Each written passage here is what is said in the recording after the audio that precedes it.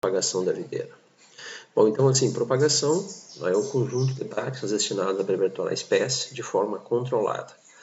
Tem como objetivo aumentar o número de plantas, garantindo e melhorando as características agronômicas essenciais para os cultivares. Bom, eles são produzidos no viveiro, né, que é o local onde as mudas são produzidas, dispostas de forma regular, abrigadas em ambiente favorável, observados os critérios técnicos de instalação, visando obter um material botânico de qualidade para a plantação no local definitivo. Então, eu já passei uma parte do material de vivericultura para vocês.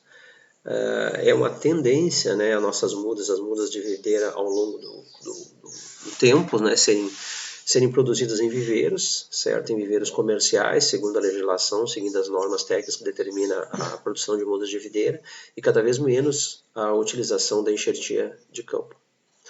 Bom, então assim, o processo de produção de mudas, certo? No caso da videira por enxertia, é um processo de propagação sexuada. Então, neste processo é possível porque ocorre divisão celular, né, e nesse processo de divisão celular, nesses locais que possuem o calo, né, a união dos tecidos, ocorre crescimento e regeneração desses tecidos.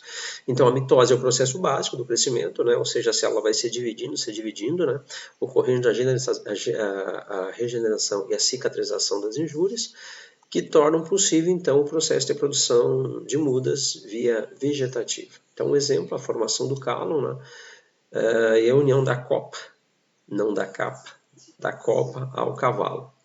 Então, aqui o processo normal, o que nós temos, né, do ciclo de produção, de propagação de uma planta. Então, nós temos aqui o processo assexuado, né, que ocorre a floração da planta, a fecundação, a fase embrionária, a semente é formada, a germinação da semente, fase juvenil, e aí eu tenho uma fase de transição até chegar à fase adulta e o ciclo começa de novo. Então, no caso da propagação assexuada, nós eliminamos toda esta fase aqui. Né? Nós partimos direto para a fase adulta, utilizando parte de uma planta,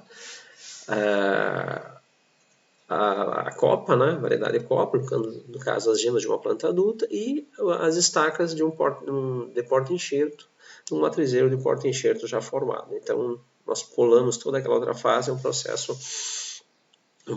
mais rápido.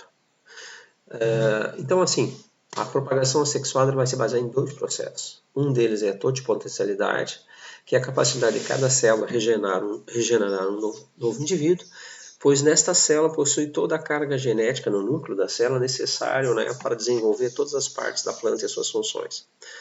Nós temos outro princípio que é a desdiferenciação, que é o processo através do qual um tecido já diferenciado ele retorna à atividade meristemática e produz um novo tecido.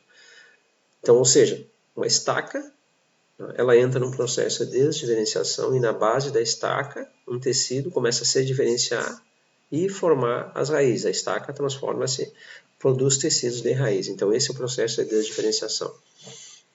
Bom, a partir da propagação assexuada, nós produzimos clones, ou seja, um material geneticamente uniforme, derivado de um só indivíduo, que se propaga de modo exclusivo para meios vegetativos, ou grupo de organismos que descende por mitose de um antecessor comum, ou seja, é apenas mitose, apenas divisão celular. Aqui os exemplos, né, no caso a formação do calo basal, certo? Então está ocorrendo aqui o processo de fechamento da base, aqui o processo iniciais de formação da raiz, que ocorre aqui na câmara de forçagem, e a iniciação do novo sistema radicular. Aqui a formação do calo, certo? Que ocorreu a desdiferenciação dos tecidos, vai ocorrer a união dos câmbios, né? A cicatrização na volta da região de enxertia, e consequentemente possibilita a formação de uma nova planta. Aqui a diferença entre o calo da enxertia de campo, né? Que a cicatrização é bem inferior à que ocorre na enxertia de mesa. Bom, então assim, com relação às vantagens, certo? A propagação assexuada. Então, como vantagens, perpetuação dos caracteres agronômicos, ou seja, todos aqueles caracteres da planta matriz são passados a seus descendentes. Redução da fase juvenil, então você tem produção a partir do segundo, terceiro ano, você já tem produção. Obtenção de plantas uniformes, já que são clones. Combinação de clones na enxertia, que é muito importante. Por exemplo, eu consigo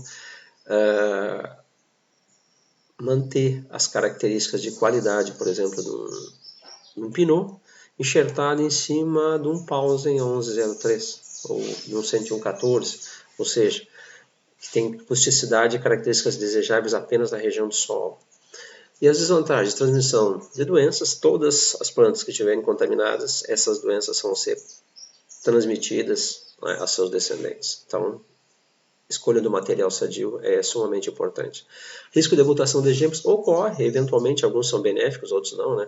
Vamos citar um benéfico aqui, por exemplo, é o uva rubi, né? Ou a Niagara rosa, né? Que são mutações.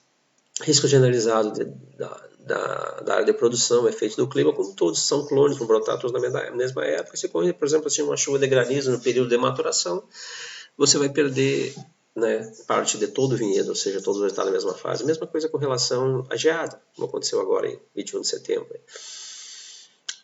Vocês pegam uma variedade, por exemplo, precoce, tipo um Bordeaux, né, vai pegar todos na mesma fase, então vai ocorrer queimadura generalizada.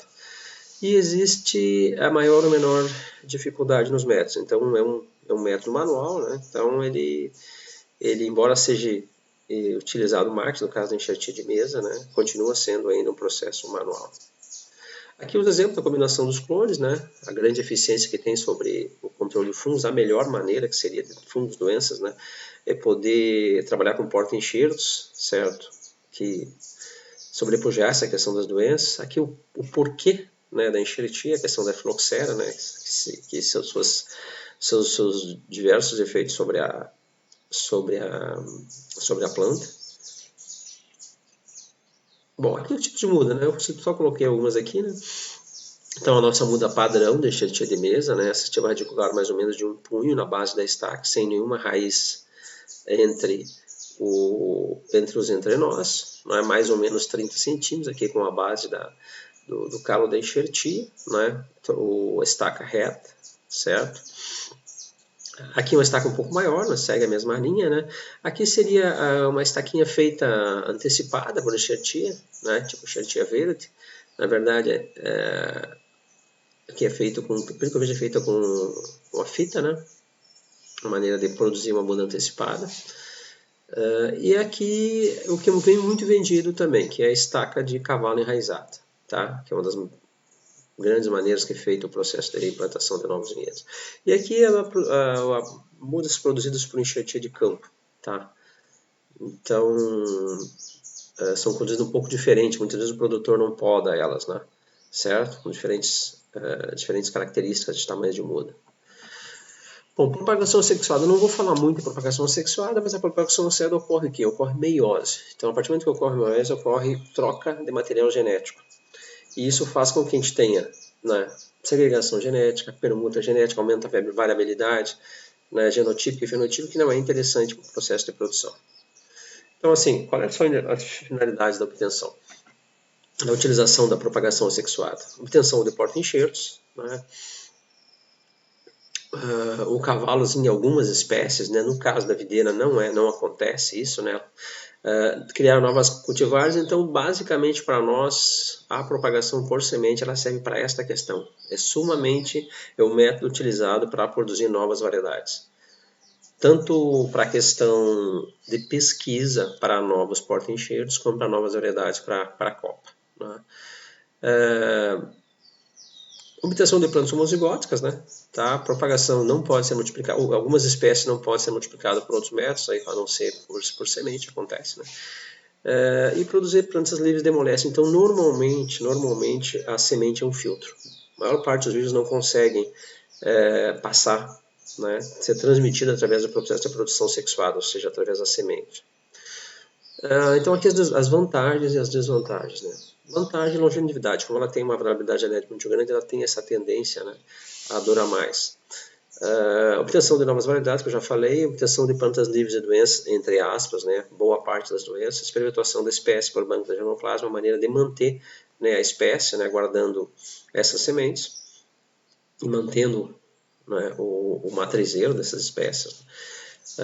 Apresenta um sistema radicular profundo, vigoroso, né, e o custo é menor para produzir a muda, diferente de chegar a uma planta produtiva.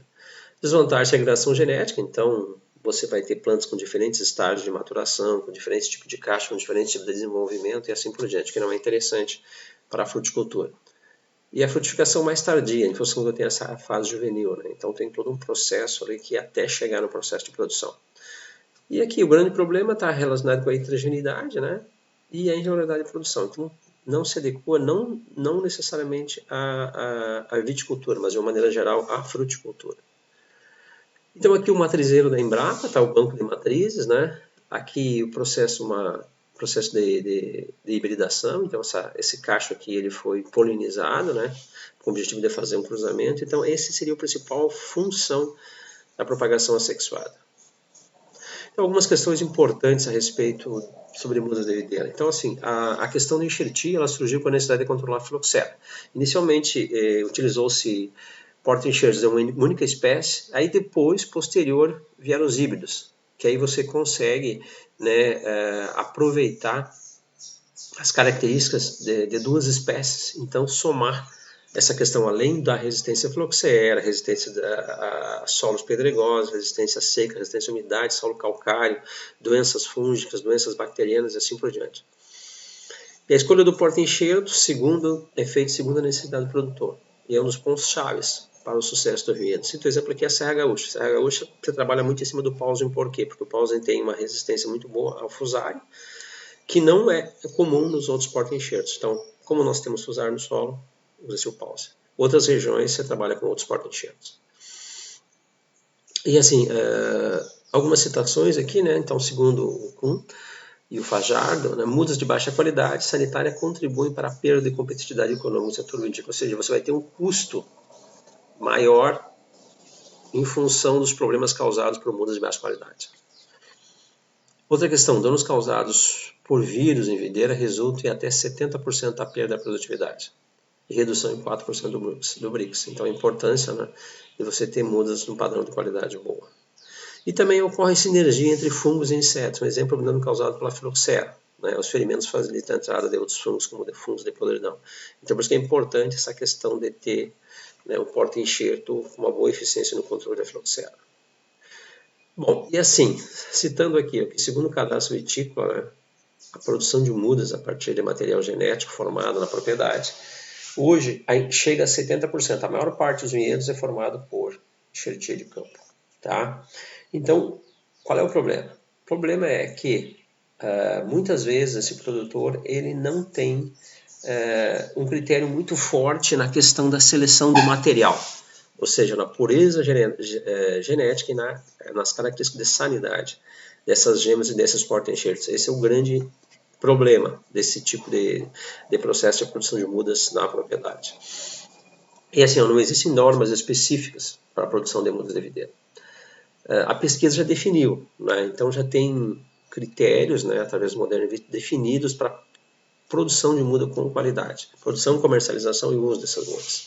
E essa tem sido a base da capacitação de viveristas, né, que é uma coisa que a Embrapa tem feito nos últimos anos, capacitar viveristas, fornecer material para se enquadrarem perante a lei de produção de mudas e produzir material genético sadio. O produtor também pode fazer isso desde que ele se enquadre dentro dessas características. Bom, era isso que eu ia apresentar inicialmente sobre esse material e espero que contribua para o entendimento de você sobre o processo de produção de mudas.